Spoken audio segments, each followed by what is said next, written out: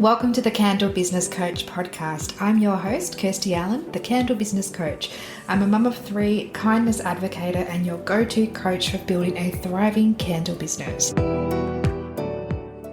Welcome back to the podcast, my friend. In today's solo episode, I want to talk to you about why you need to become obsessed with your candle business, or better put, the level of obsession that's required to build a successful candle business. Now, the podcast has always been about encouraging candle makers, whether you're at the start of your journey, if you're a few years in, or over a decade. I want each episode to give you value and to support you on your journey. And one thing that I can't control is the level of obsession that you have with your business and with your candle making journey.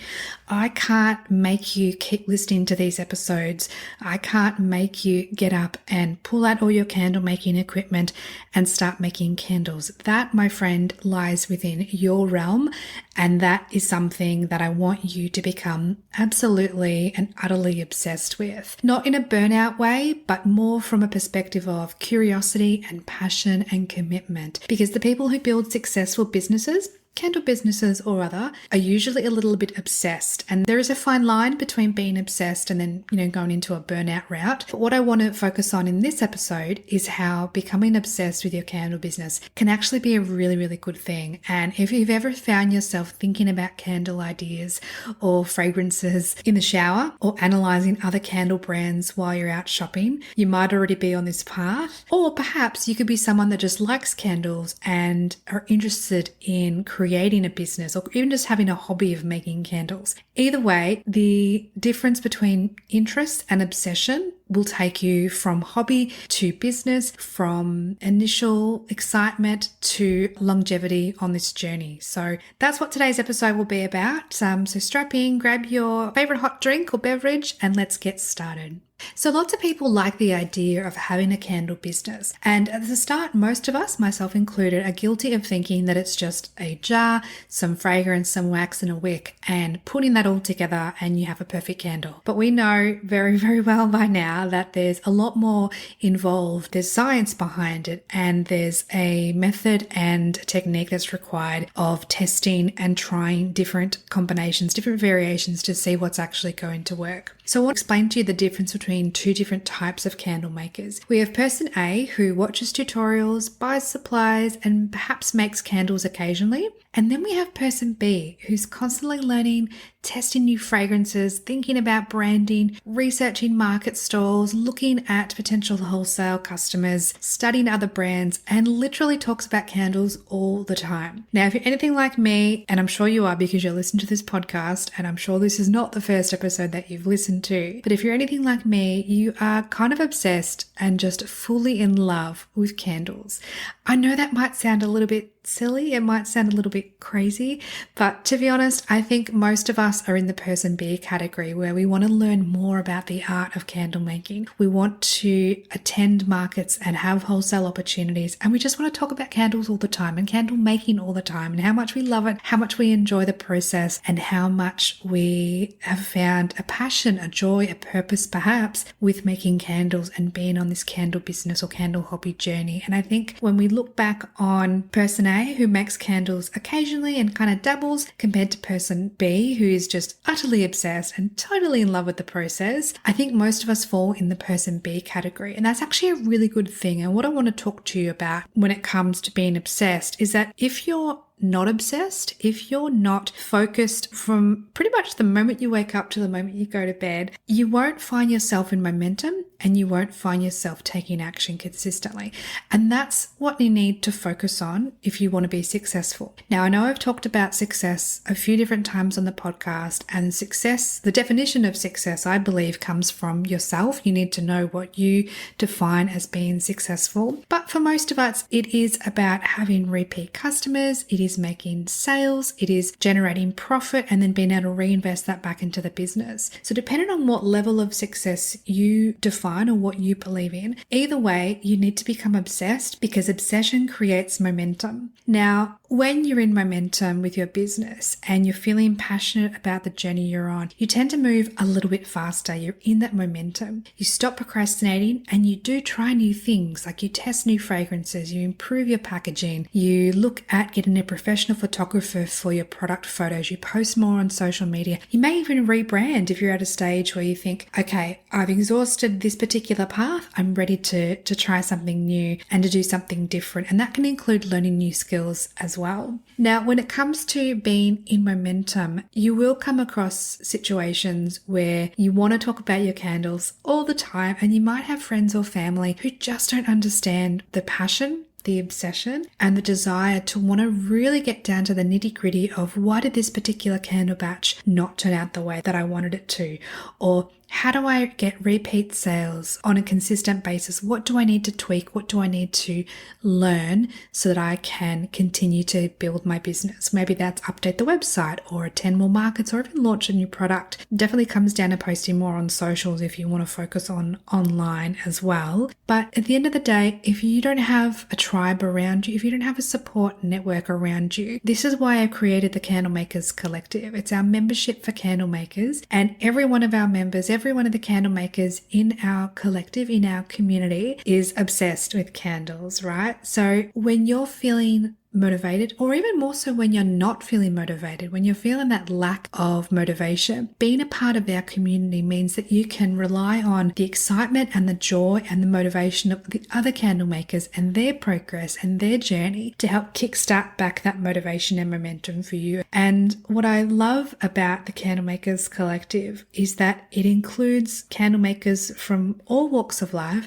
and all different stages of the candle journey. We have brand new candle makers that are in the process of making their very first candle, all the way through to a very special maker, Sue, who's been making candles for over a decade, which is just incredible. And what I love about the community is that we're not just chasing money, right?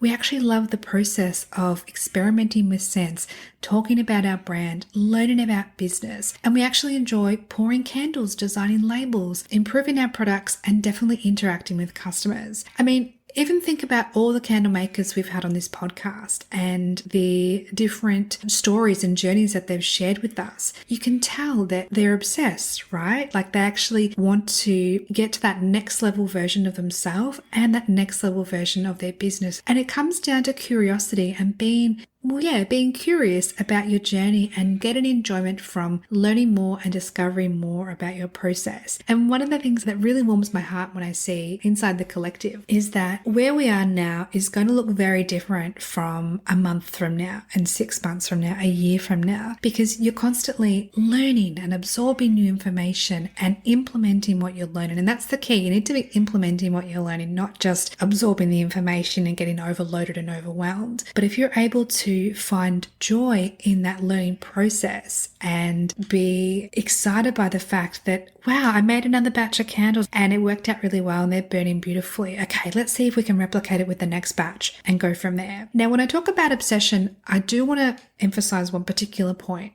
We're not talking about perfection. We're not talking about having the perfect brand, perfect photos, perfect website, etc. We're talking about showing up, learning, and improving. Now, I've made many mistakes over my candle making journey and even this candle business coach journey. Every time I make a mistake, and again, that's quote unquote mistake, it's a learning experience. It's a chance for me to improve because I'm showing up and I want to bring my best self to this journey, and I want that for you as well.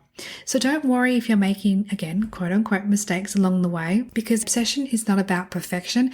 It's about the progress that you're making. And honestly, candle making and having a candle journey is so much fun, right? Like you get to make these beautiful little products and see them on a shelf and go, I made that. And when you sell your first candle, the joy that it brings to your heart is just indescribable, especially if your candles are being sold to strangers on the internet or people that you haven't met before. We love our friends and family, don't get us wrong, but like they're kind of built-in supporters, right? Or at least they should be. When we get customer messages, when we create new scents, when we see our brand evolve, All these things bring us joy and bring us a side of playfulness and fun. And that's one of the things that's so incredible about having a creative business and being on a creative journey, is that you get to enjoy the process along the way, even though it's challenging, even though there are moments where you question what you're doing and wonder if it's the right path for you. Trust me, my friend, if you are listening to this podcast, if you're listening to this episode, if you are here right now and I'm in your ears, I want you to know that being obsessed with your candle business is such a good sign. I want you to lean into your journey. I want you to stay curious, keep experimenting, keep learning. And honestly, if you're thinking about candles like I am all the time, you're brainstorming scent ideas, you're watching candle videos, you're listening to this podcast, you follow me on socials at Candle Business Coach, and you're constantly dreaming about your brand, you're exactly where you need to be. Big businesses started with someone who couldn't stop thinking about their idea.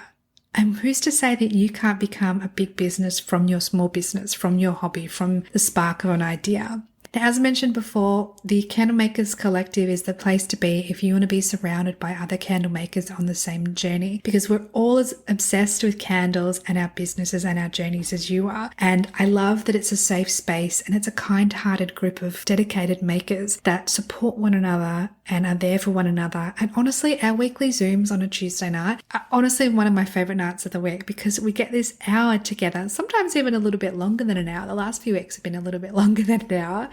We get to chat about candles, talk about our challenges, workshop through them, celebrate one another, and just talk about candles for a whole hour and a bit. Like, how amazing is that? I know it sounds totally wild. If anyone that's not a candle maker is listening to this, will be thinking, what could you possibly talk about for an hour about candles? Like, I just don't understand the obsession, right? But for us, that's what it is. It is this incredible obsession, and it should be, because if you want to make great strides towards your goals and your dreams, you need to be doing things that encourage that. And that's why I'm encouraging you to join the Candle Makers Collective. The link is in the show notes. We're an incredible group of candle makers and just people who are so lovely and so supportive and so kind-hearted and sweet. And it's just one of the things that's part of the Candle Business Coach brand that honestly brings me so much joy, and I'm obsessed with it as well. So I want you to have an opportunity to come into the group and celebrate and be celebrated for your journey. And honestly, I think that's what separates the successful candle makers from the people who perhaps aren't getting the results that they're looking for. It's being surrounded by a tribe, around a community of people that lift you up and support you 100% of the way, 100% of the time. So I think that's all I want to talk about in today's episode. I've rambled on for just over 14 minutes so far, and I hope that you're feeling excited and you're encouraged that being obsessed is actually a really, really good thing when it comes to your candle business. If you have any questions about this episode or the podcast in general, or your candle making journey or candle business questions, you know where to find me on Instagram at Candle Business Coach. I'm active on there every day, multiple times, because I'm obsessed with growing my business and I want to help as many candle makers as possible. So thank you so much for listening to this episode and for having me in your ears once again. Have a beautiful day, my friend, and I will catch you in the next episode. Thank you, my friend, for listening to this episode. Check out the show notes for all the links mentioned throughout the conversation, and please subscribe to the podcast so you don't miss any future episodes.